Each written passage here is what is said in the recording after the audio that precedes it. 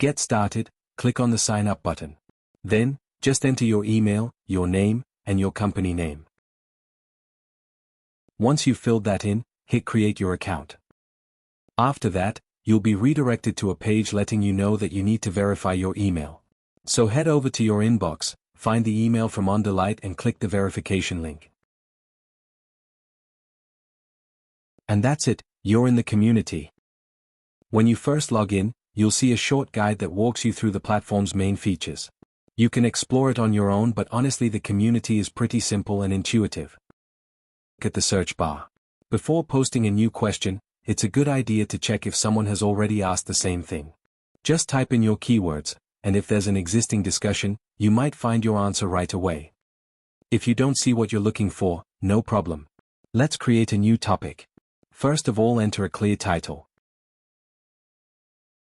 Select the right category. And describe your issue in as much detail as possible. If needed, add screenshots, videos, or any other useful information. On the right side of the form, you'll also see some helpful tips and a list of related discussions.